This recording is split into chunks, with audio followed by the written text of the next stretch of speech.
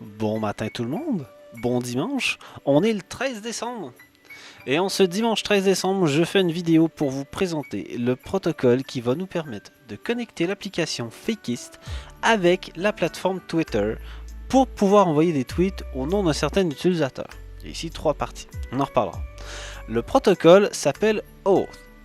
Et avant de parler de son nom et de sa prononciation un peu hasardeuse, je vais parler de son logo. Parce que son logo, c'est quand même ce qu'il y a de plus drôle, je trouve.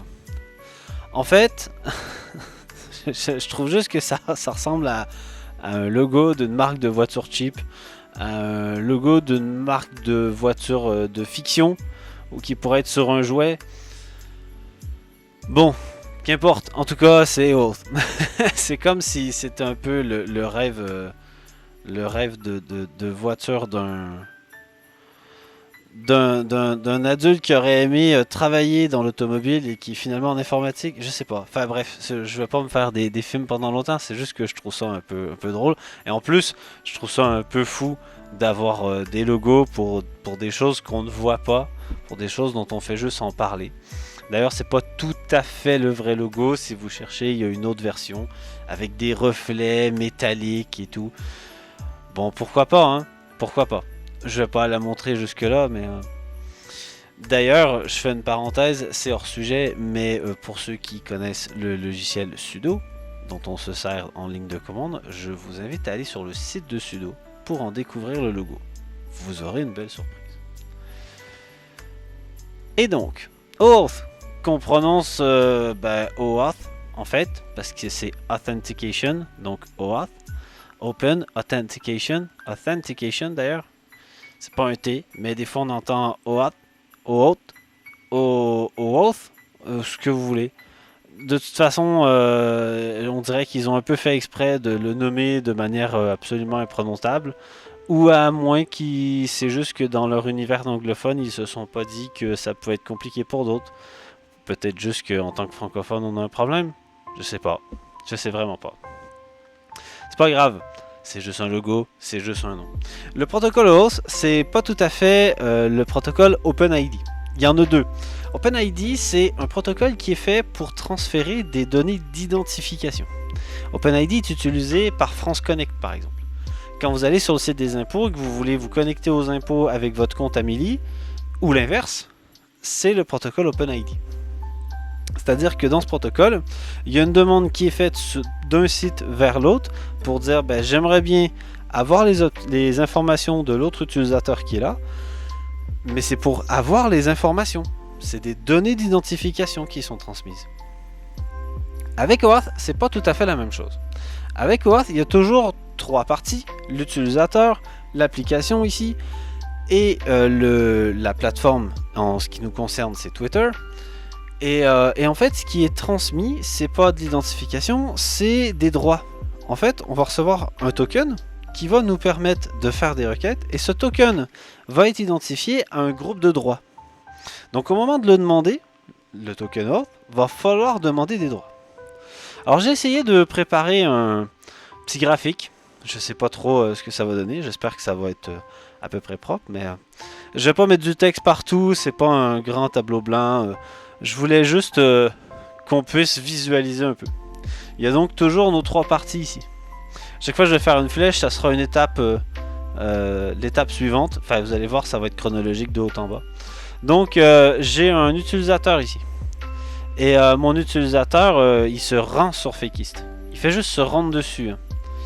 Et donc, une fois qu'il est sur Fakist, Fakist va lui dire, tu veux te connecter à Twitter, tu veux utiliser Fakist sur Twitter, eh bien, va falloir maintenant créer une connexion entre Fakist et Twitter. Fakist va aller demander à Twitter, fournis-moi un lien qui me permettrait, que je vais envoyer à l'utilisateur, qui va permettre de se connecter. Ce lien, ensuite, il est retourné. Voilà. Oups, vous avez pas vu la flèche, mais ça ressemble à ça. On va y arriver un jour. Allez, merci. Et ensuite, de Fakist, on va renvoyer le lien à l'utilisateur. Et je vais faire une meilleure flèche que ça. CTRL Z, ça va être mieux comme ça. Voilà.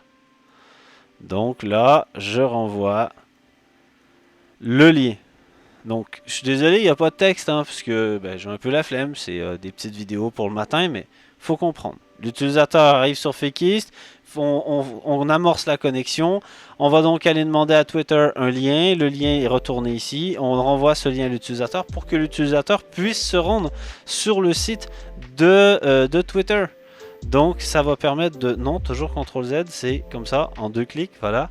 Ça va permettre à l'utilisateur donc de demander à Twitter, de dire bon ben voilà, moi j'ai besoin que tu accordes des droits à Fakist, je vais donner mon accord, mais c'est Twitter qui va donc produire un token. Et au moment où donc là il va envoyer le lien, la réponse va être une espèce de formulaire qui demande la confirmation à l'utilisateur. Cette application a l'intention d'utiliser tel et tel droit, qu'est-ce que tu en penses? L'utilisateur il répond oui oui c'est bon, j'approuve. Voilà. Et comme l'utilisateur approuve, eh ben, on est redirigé. Donc ça veut dire que si je me trompe pas, il y a un URL vers l'utilisateur, donc vers le client en fait, vers le navigateur qui est renvoyé pour que le client puisse aller sur Fakist. Et dans ce lien, il y aura le token, il y aura les informations, il y aura la confirmation en fait comme quoi c'est bon, l'utilisateur il s'est mis d'accord avec Twitter qu'il voulait bien que Fakist fasse le travail. Donc à partir de là, si je me trompe pas, je crois que j'ai fait les bons allers-retours. Je pourrais me tromper encore.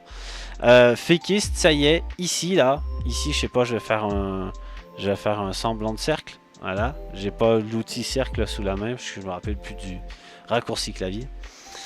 Donc à partir de là, c'est bon, on a un token dont on va pouvoir se servir pour pouvoir faire des requêtes à Twitter. À partir de là, utilisateur ici, ça correspond au compte Twitter. Hein.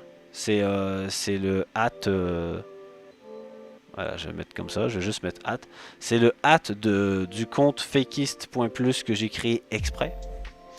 Et à partir de là, on va pouvoir faire des requêtes directement à Twitter. Encore une fois, CTRL Z, puisque j'ai fait un peu n'importe quoi. Voilà. Directement à Twitter. Et celles-ci vont servir à créer des tweets. Donc, on va pouvoir faire plein de requêtes. Ça, c'est le protocole OAuth. Et je le fais de manière ultra schématique. C'est pas très clair, c'est pas très beau, c'est pas parfait. Et en fait, comme vous vous en doutez, on va avoir des librairies pour ça. Mais c'est le sujet d'un autre jour. Sur ce, je vous souhaite une bonne journée.